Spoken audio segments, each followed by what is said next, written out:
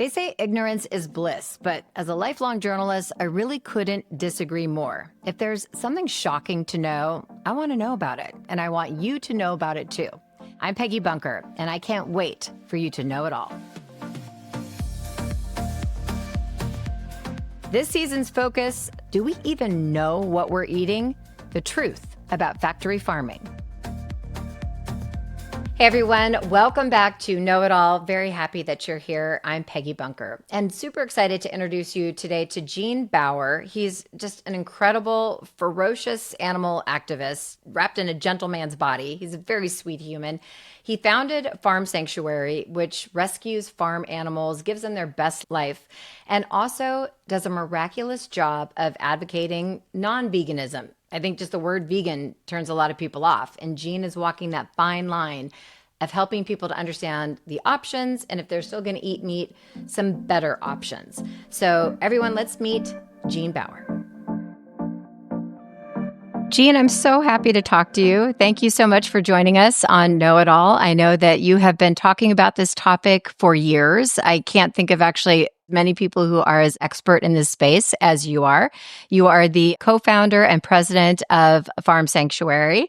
And tell me how, just sort of the genesis of how it got started. Well, Farm Sanctuary started in 1986, and our feeling was that people didn't know what was happening to animals in the food system. And we felt if we documented and showed people, then many people would say they didn't want to be part of it and would stop eating animals. And it's more complicated than that. Some people see the cruelty and don't want to eat animals. But so we started doing investigations, and we found living animals literally in trash cans or left on piles of dead animals. So we started rescuing them. We currently operate sanctuaries in New York and California. We also work to educate people about the food system and how they can make a difference. And we advocate for policies and practices that are healthier for animals, people, and the planet.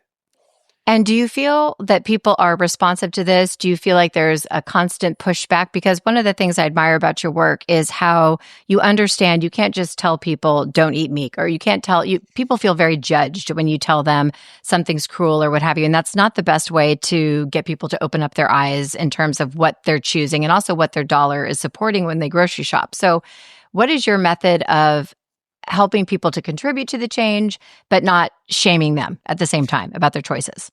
No, it's a really important question, and it's challenging sometimes.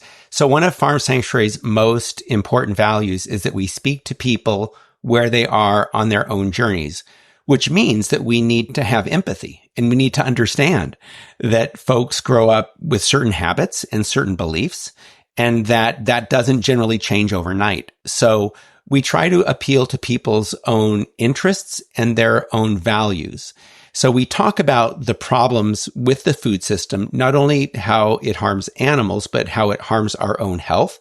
And it's been estimated that we could save something like 70% on healthcare costs in this country by shifting to a whole food plant-based diet. So it's in our interest to eat food that is nourishing instead of food that makes us sick. It also makes sense to support a food system that is not destroying the planet. And in the US, 10 times more land is used to raise food for farm animals than to grow food for people. So we could feed more people with less land and fewer resources by eating plants instead of animals. And it just feels better too. You know, so often when you talk about slaughter and the reality of factory farming, people say, don't tell me, I don't want to know.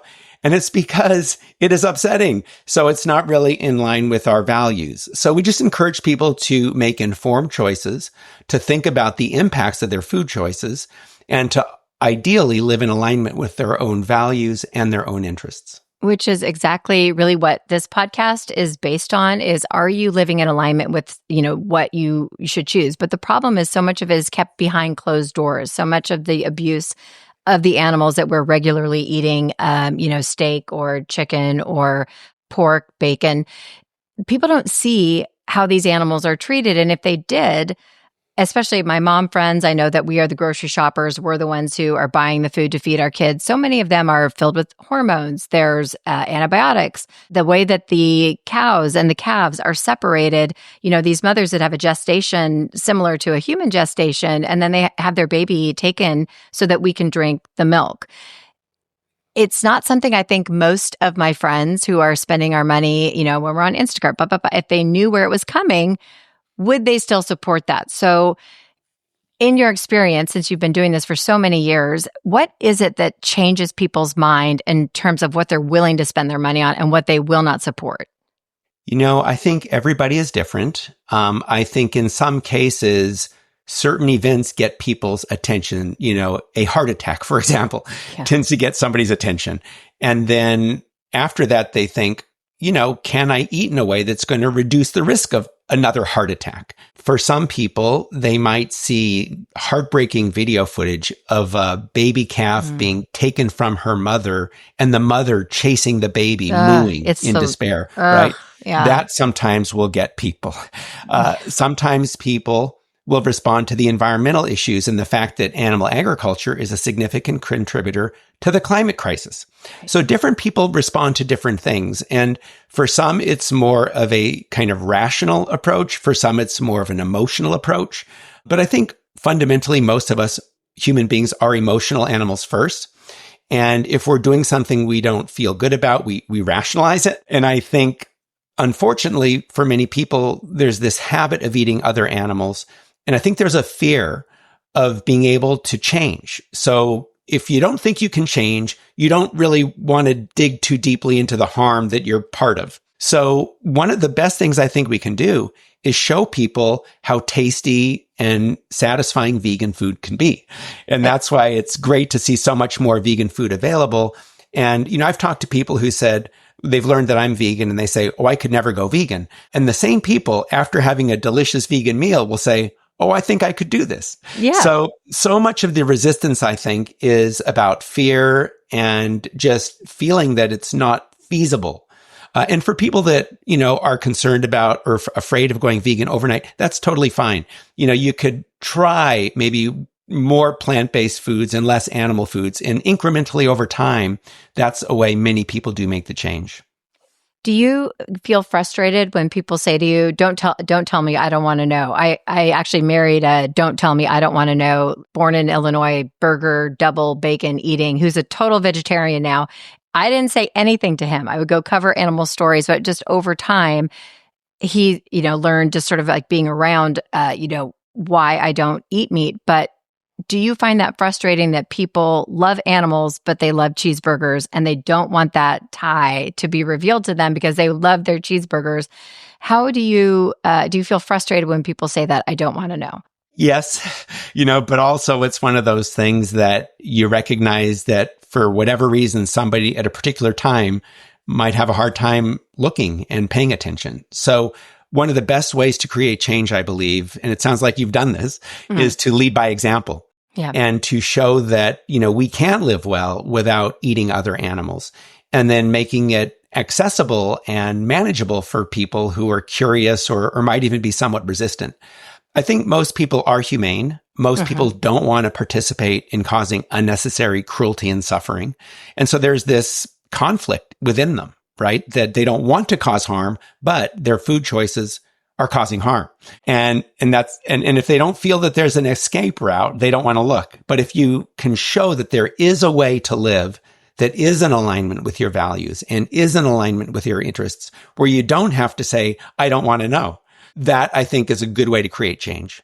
I think that's such an excellent summary of the conflict, because it is an internal conflict. I agree. I think most people are good. They don't want to harm another animal. They would never allow something like this to happen to their dog, but pigs are smarter than dogs. And you could have a pet pig that you would never dream of eating, just like you would never dream of eating your dog. In some countries they do, of course. But the disconnect between how they're all similar animals with central nervous systems and familial feelings and social groups. And it's hard for me, now that I'm involved in this space, that people don't make the connection. So that is always a difficult challenge when someone says to me, I just don't tell me, I just don't want to know. Do you think that the farmers, the place that they're at, farmers as we call them, I don't know if they even want to be a part of it. Farming isn't what it used to be. They can't feel good about the way that it's evolved and how their animals are treated, right? How can they possibly think that this is a normal way to treat animals? I think that's very true. Farmers today are not really farmers. They're more like factory workers in many cases. and they end up on these treadmills and they go into debt. So they get stuck in this system. Oftentimes they can't pay off their debt and they go out of business. And when that happens, you have these larger industrial operations that acquire more land and more control over the whole industry. So I think actually that small farmers and family farmers and responsible farmers could be real allies in changing the food system. I think I would love to see a couple of big shifts in the way we nourish ourselves in this country today. One is to shift away from eating animals to eating plants instead. And we can live well without causing unnecessary harm and without harming the earth by shifting to a plant-based diet. But also, I think we need to see a shift away from consolidated industrial production to a more diversified food system where you have more small farms, you have a more regionalized, local, community-oriented food system where consumers actually are more knowledgeable about the source of their food and are more connected to the source of their food. One of the big problems with our current system is that while consumers would rather not support cruelty, they don't have access to knowing how the animals are treated, or they don't have access to knowing how the food is produced. And because they're so disconnected, it's pretty easy for these large companies to say free range, humane, and make conditions sound a lot better than they are, which is why, again, a more localized food system is going to create more transparency and ultimately more accountability. And also, we have these massive outbreaks. We just put down 450 million chickens because of the bird flu. Of course, there's going to be viruses and illnesses that spread in these conditions. 400,000 birds in a shed, I saw once. Nobody even went in there. They were on a feeding system for 2 years. I don't understand how people can think that, of course, that's not going to cause outbreaks and meat recalls and disease that will infiltrate our own food systems, other species, et cetera. So how do we change that? Is it going to have to be congressional efforts? Is it shopper efforts? Can we change it as moms and not buy the Purdue and the Maine, beef cattle? How do we change it as a shopper and a consumer? Because it feels so overwhelming that people don't know what to do and they give up. Yeah, no, it's so true. This can be an overwhelming issue. And I think change will take many different forms. And I think each of us every day has an opportunity to make conscious choices about our food. Like you're saying, when we're at the grocery store, what do we pick up and what do we buy? And if we can shift towards eating more plant foods, if you feel like a meatball, you can probably get a veggie meatball at a mainstream grocery store now. Instead of drinking cow's milk, there are many varieties of plant-based milks, made out of soy or oat or almond so and good. coconut, so many. Yeah. So I think that making conscious choices about our food is part of it. But then also we need to change our government subsidy system. Right now, hamburgers, for example, and cow's milk are far too cheap. We have these externalized costs that are not built into the price that consumers pay at the grocery store. There was a study done a couple of years ago looking at dairy industry income, and they found that 73% of dairy industry income came from government programs. So this is not a sustainable or an efficient system at all. It's propped up by government subsidies. So we need to shift that, and we need to incentivize a healthy food system instead of the perverse incentives we have today for an unhealthy animal-based factory farming system that creates disease. It creates disease, and it disease for our environment, disease for humans, disease for the animals. Like it's just all around. It's completely flip-flopped. They're endorsing the wrong and supporting the wrong food system. Absolutely. Okay. And the industry, by the way, has a vested interest in not looking very closely for diseases. So they kind of take a don't look, don't find approach. And we had litigation for years about concerns about mad cow disease in the US. And there was evidence that we felt showed that we had a real risk of mad cow disease. Yeah. The USDA kept denying it. And I think, honestly, they were largely worried about export markets because if we have mad cow disease in the US, we can't export our beef. And it's a, costly hit for the industry. So sometimes, like the tobacco industry, there's a vested interest in not knowing that this causes harm.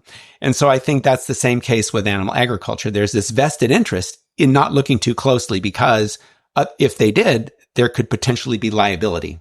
Right. So your advice then, think about what you're buying. Think about what it's like organic eggs, like that. The industry has changed so much. And of course, California the proposition here that we changed everything, made that happen. That definitely changed things here. But many of these battery cage farmers went to organic eggs simply because that's where the demand is. So if the shopper can create the demand for healthier, more humanely treated, smaller farms, then people will also adjust. It's always the bottom line, right? Like, where's the money going to come from if people aren't interested in that product anymore? I think that's exactly right. When consumers spend dollars, it creates an incentive for producers to do things a certain way. And by the way, right now with bird flu and millions of birds being killed in the egg industry, there's a product called Just Egg. It's made out of mung beans. Josh It's Balk a and Josh vegan Tetrick. plant-based alternative. Yeah. And it's done quite well. Yes. And no bird flu problems with Just Egg. Nope, that's right. Exactly. I love what the Joshes are doing. Josh is going to be on this podcast too. So when you first started, do you feel like factory farming has gotten worse? Is it worse than I know the horrors that sort of brought you into it and made you devote your life to this. How is it? Has it gotten better or worse in the past 30 years? I think over the past 30 years, there have been sort of different trends. One positive trend, I think, is that more people are concerned about the source of their food. More people are concerned about animal cruelty. The veal industry, for example, has, veal consumption dropped when people heard about veal calves chained by the neck in crates their whole lives. So that was a positive thing. There have been some reforms in terms of animals being treated less badly, given more space in factory farms. But the industry has also been very adept at leveraging those small reforms to tell bigger stories about how humane they are. And so we're now kind of in the midst of public conversations about what is humane and what is not humane. And many of the reforms are better than some of the worst factory farming, but they're still not good. And I think it's important for us to recognize that less bad is better than more bad, but still, we do have the option to choose to eat plants instead of animals, and that this is ultimately better for everybody. Now, if somebody is still going to be eating animal products, it's certainly better to get to know the farmer, understand where the animals come from, and then be able to make informed choices. But again, that's very hard in a big system where you don't have access to the farm. And so I think just connectivity to me is a really important part of creating change. And I think that farmers' markets have increased significantly in the past 30 years. Organic production has increased significantly. Those are very positive signs. The number of animals being raised and slaughtered has also increased, unfortunately, partly because of export markets, partly because of the pet food industry, actually, and partly because more food is being thrown away. So that's a problem. So there's pluses and minuses. I always thought that pet food was byproducts, but no, they're actually raising animals for pet food? Well, pet food is primarily byproducts, but it's part of the whole production system. Just like, hide or leather is not necessarily why the cows are raised and killed, but you have this leather and selling it gives you additional income. So, and when you have so much excess being produced, like we do today, it's finding its way into the pet food industry and that's some of their income and also exports. So what do you think about the idea, and I agree with you, that you can't shame people or make people feel bad. People who are like, I don't care what you tell me. I don't care what video you show me. I am going to eat my steak and my cheeseburger and my bacon. Like nothing's ever going to change that. Part of me thinks if that's really how you feel, just do it less. Maybe have one day where you have your hamburger or that's not the way that we ate. People will say to me, well, that's how the cavemen ate. And so answer that in your words, because I know what I say when people say, as cave, that's how we ate. And I always say no, but I'm interested to hear how you respond to that when someone says, well, this is how we've always eaten. We eat meat. Well, I think if you look at human history, we've been primarily plant eaters because it's just more efficient and it's easier to do. So if you look at many ethnic foods, they're primarily plant-based, like Indian food or Ethiopian food or Chinese food. Meat tends to come with power and affluence. And so the elites of certain societies historically would eat more meat. And as different nations become wealthy and powerful, they tend to eat more meat. In the US, we eat a lot of meat. So there's this whole psychology, I think, around meat consumption that is connected to notions of power and entitlement. So it's pretty deep in terms of our humanity, like what is appropriate, what is not. And I think sometimes when we raise the question and ask people and suggest maybe they shouldn't eat meat, I think subconsciously they might be feeling we're taking their power away, right? We're taking their agency away. We're taking their entitlement away. Their autonomy. But I would love it for people to think more broadly about all the other animals who are losing their agency, losing their lives for this notion that we need to eat them, when in fact we do not need to eat them. So this idea that we've always eaten animals, I think that, there have been times when humans have eaten humans. Yeah. There are, and circumstances sometimes dictate behaviors to some extent. But today we have the option to eat plants and to have plenty of food without killing and eating other animals. And so, but historically, we've been primarily plant eaters because it's just more efficient and more sustainable, and we can nourish ourselves and live well that way. And as human beings, where do we get off thinking that it's okay to treat animals the way that we do? That because we can control them and force them into a corral or a barn or a truck or a shed, that it's okay, that that's what they're there to do. They're there to serve us. And it's okay for us to kill them in the manner that we do, even if it's horrific, or separate them from their family units.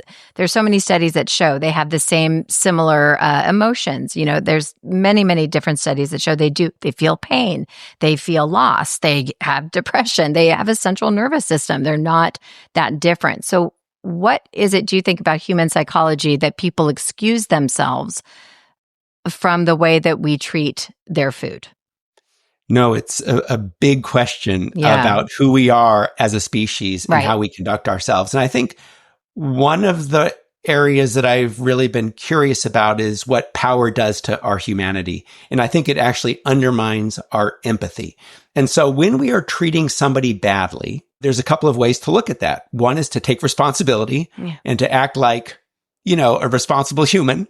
The other sad approach is to denigrate the victim of the abuse and say, well, they don't deserve better. And I've actually been into these farms where animals are treated terribly. And I think sometimes the workers might actually feel a little bad about it. But one of the ways that they respond is by being even more cruel to kind of make the point that these animals don't matter. Ugh. And we have literally found living animals in trash cans. We actually got into court once at an egg factory where I found a couple of hens that were thrown in the trash can. And we got to court, and the lawyer for the egg industry said that legally they could treat the birds like manure. He literally said that in court. And so there becomes this notion that these other lives don't matter. And I think it's based largely on the way we treat them and the way we are behaving. And then we start making rationalizations to say that they don't have feelings. But the more we look, the more we see that they're not that different than our cats or dogs or us. And they have emotions, they have relationships, they have memories. They literally dream. If you go into the pig barn and when the pigs are sleeping, they're dreaming like, you see your dog twitching and dreaming. Our farm animals do that as well. Yeah. So the more we look, the more we see that there's a lot there, and that we really shouldn't be so entitled to treating them so badly. Yeah, I agree. I absolutely agree. At your sanctuary where people come, and also through your books, I know you talk about that's another way to open people's eyes to this is what the animal looks like. This is how the animal behaves if given the chance to live a natural, normal life. How does that change people's thoughts about what they eat? Oftentimes coming to the sanctuary and looking into the eyes of a pig, and pig's eyes, by the way, are very much like people's eyes, or a cow or a sheep or a chicken or a turkey, and seeing that they have interests and they're curious and they'll come up to you really does affect how people regard these other animals who up until that time, they've mainly only known as a piece of meat on their plate. So just making it very obvious that these are living individuals who have their own lives, their own interests, their own personalities. Some are much more outgoing than others. Some are more shy.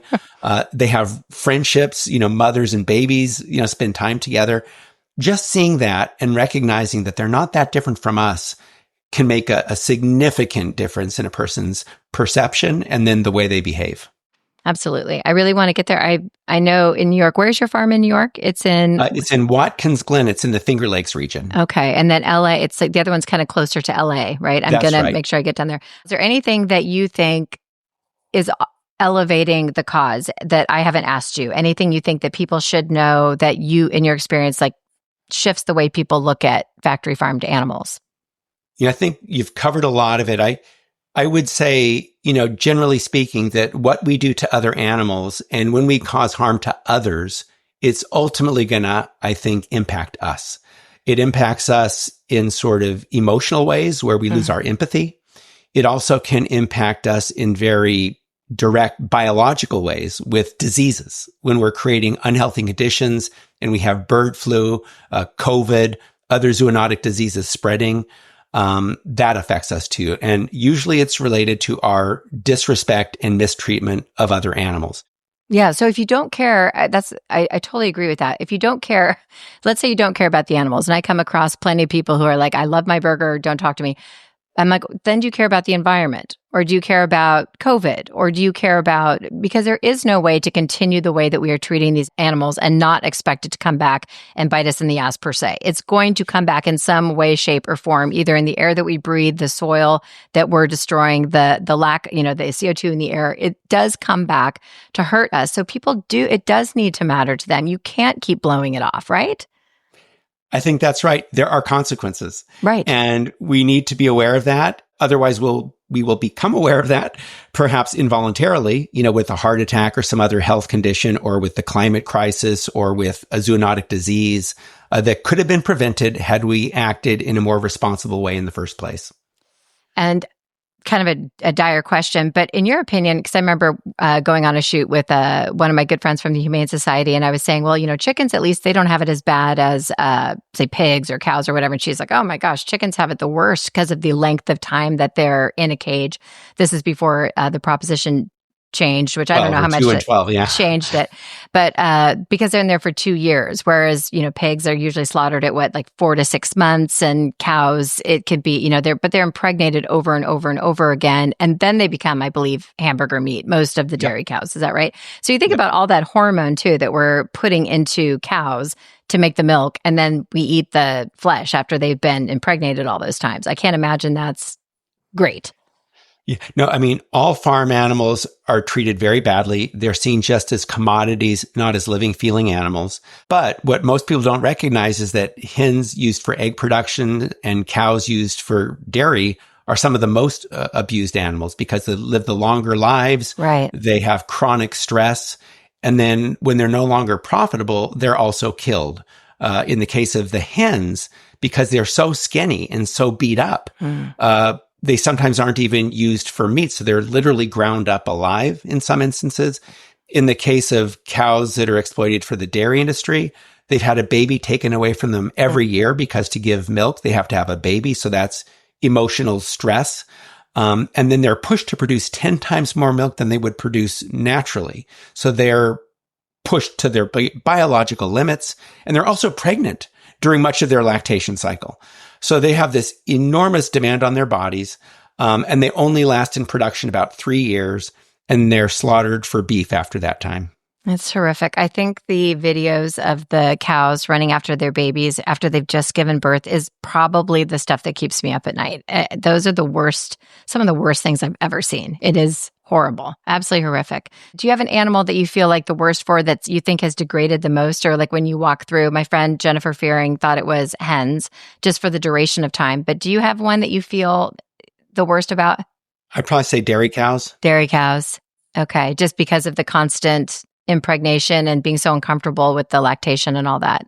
Yeah. And they're so smart. But hens have it bad too. I mean, you know. It's always the ladies. It's always the ladies with the breeding pigs, mother pigs, gestation crate, farrowing crate. Yeah, they got it bad. Yeah, usually the females, right? Because they're used for reproduction. And do you have an organization you think is doing the best work? Do you think it's PETA? Do you think it's Humane Society? Do you think it's who do you think is doing the best work in this space? I think there's lots of groups doing very good work, in terms of exposing cruelty. I also think that there's positive things happening now to invest in a new kind of food system to create solutions. I know for us, for many years we worked to expose the problems, but right now we're working more to create the solutions. And I think some other groups are doing that. I think Humane Society for a while was working in Korea with these dog meat farms and worked with them to instead go into plant-based agriculture. I think that's a very positive thing. Yeah. I also think that entrepreneurs that are creating alternatives to animal foods are doing very important work. I also think that community organizations, doing urban agriculture are doing really important work. So I've really been focusing in recent years on the solutions. And there's an urban farmer in LA, Ron Finley is his name. And he says, growing your own food is like printing your own money. And it's just really about agency, empowerment, living well, being resilient.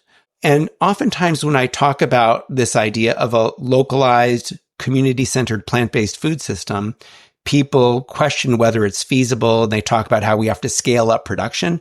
And my response to that is that we can scale up production through replication and diversification. And I think small farms could feed our country, could feed the planet. And a good example of this is during World War II, when the Victory Gardens produced 40% of our produce. And that ramped up within a couple of years. And in this country, we have more acreage in lawns than we used to grow fruits and vegetables. Could you imagine if those lawns and the gardeners were growing produce instead of just pushing a lawnmower? Right. It'd be more economically efficient, ecologically efficient, healthy. You'd have food abundance in communities all over the country. So these are the kind of things we can start looking at as solutions. And so in addition to animal organizations, there are health-oriented, justice-oriented, environmental-oriented, food-oriented organizations at the community level right now, I think, who are doing really good work. If you ever come west, let me know and we could do something in person. Or if I come out there, I would love to come visit the farm. I'm going to try to get down to the LA farm and meet the animals there. Which one's bigger? The one in Watkins Glen is bigger. It's about 400 acres. Oh, wow. We also have tiny houses and overnight accommodations there. Oh, we have a very cool. vegan cafe there. We built a garden this year.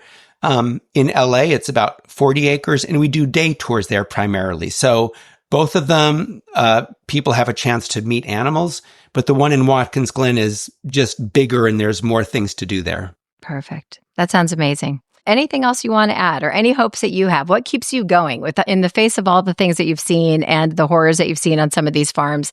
What keeps you going? There are so many things in this world that are outside of our control, but what we decide to eat every day is something that many of us have a lot of control over. And when I see people making conscientious choices about the way they consume and making choices not to support animal cruelty, that gives me a very positive feeling. It gives me a feeling of hope. I think that we have the potential to do so much better than we are doing, which also gives me hope.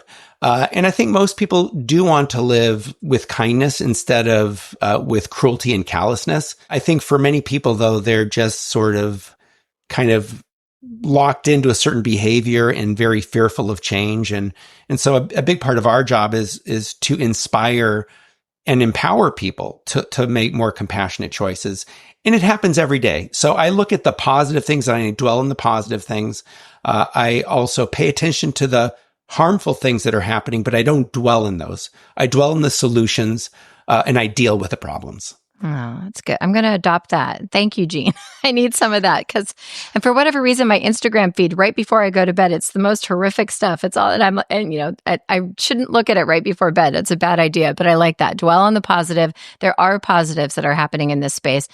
You're right. It is about people knowing what's going on. That's why this podcast is here. Know it all. People should know what they're eating, what they're giving their kids, what they're spending their money on, because they can make a difference. They can choose to align their spend with their values and get away from supporting tortured animals, tortured species, really. And I so appreciate you bringing more of that information to light and being here with us today on the Know It All podcast and helping everybody know it all about what they are spending. Thank you so much, Jean, for being with us. Really appreciate it. And thank you for all the work you do. No, thank you so much, Peggy. Really my pleasure. Thanks, Jean.